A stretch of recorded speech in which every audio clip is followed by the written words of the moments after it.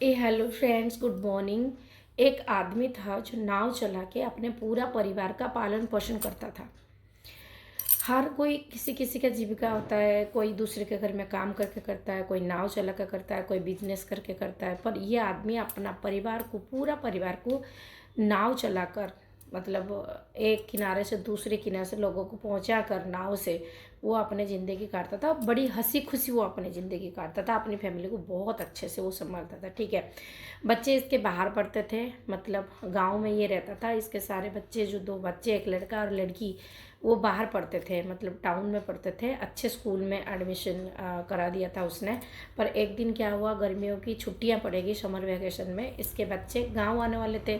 तो जो नाव थे उसको पुराना हो गए थे, तो इसने सोचा कोई कारपेंटर जो नाव की रिपेयरिंग करता है उनको बुलाकर तो मैं थोड़ा नाव को ठीक करा देते हूँ और थोड़ा बहुत पेंट भी करा देते हूँ, क्योंकि बच्चे जब छुट्टियों में घर आएंगे तो वो नाव में बैठ के ज़रूर घूमेंगे, एक किनारे से उधर किनारे तक जाएंगे, क्योंकि ऑब्वियसली बच्चों को नाव में बैठना बहुत अच्छे लगते हैं। ठीक है। तो इसलिए उसने एक कारपेंटर को बुलाया जो नाव ठीक करता है, उनको बुलाया। बुलाने के बाद उसे बोला, भैया ये मेरे नाव है, इसको अच्छे से थोड़ा पेंट कर देना, क्योंकि बच्चे गर्मियों की टाइम पे आने वाले हैं, ये थोड़ा इसमें घूमेंगे, इसलिए इसको अच्छे से पेंट कर देना। नाव वाले ने पूरी नाव को, जो मतलब पुराना हो गया था, अच्छे से उसको पेंट करा। पेंट करते करते वो जो कारपेंटर है उसकी नज़र एक जगह पड़ा जहाँ पर कि वो नाव की एक होल बना हुआ था। ठीक है। तो टूट गया था, एक जगह पे एक होल बना हुआ था जहाँ से पानी अंदर जा सकता था। तो ये जो कारपेंटर ने उसको देख के अच्छे से उसने उसको मरम्मत कर दिया। ये बात उसने उस नाव वाले को नहीं बताया था, कारपेंटर ने, कि आपकी जो नाव में ने एक होल है। उन्होंने चुपचाप उसको ठीक कर दिया और वो अपना मेहनत का पैसा लेकर वापस घर चला गया। कुछ दिन के बाद उस कारपेंटर के पास एक बहुत बड़ा पार्सल मिला जिसमें बहुत ज़्यादा पैसा था। वो आश्चर्य हो गया, भाई इतना सारा पैसा मुझे कौन भेज सकता है।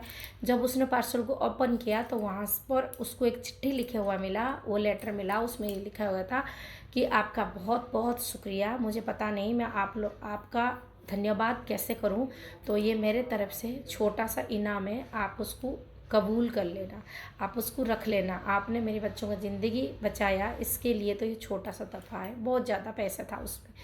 ठीक है। तो ये कैसे हुआ, ये इसलिए हुआ, नाव वाले ने, जब उसके बच्चे नाव में बैठ कर गए थे, उसे तो याद नहीं था, और जैसे बच्चे चले गए नाव में घूमने के लिए तो उसको याद आ गया, अरे उसमें तो बहुत बड़ा होल था, अब बच्चों का क्या होगा, क्या होगा, वो वापस कैसे आएंगे। मतलब उसको बहुत बड़ा टेंशन था, बहुत बड़ा सर भारी हो रहा था इस चिंता में। पर बच्चे जैसे ही घर आ गए वापस सुरक्षित, वो बहुत खुश हो गया, और खुश हो के उनको गले मिल लिया। और जैसे ही जाके देखा नाव में कि जहाँ पर होल था वो बिल्कुल रिपेयर हो रखा है।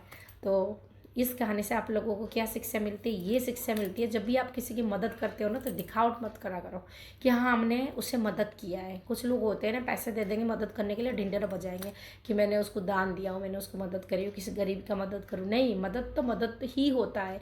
अगर मदद करने के बाद आप बोलोगे कि हमने मदद किया, तो ऐसे हेल्प तो बेकार ही है। ठीक है।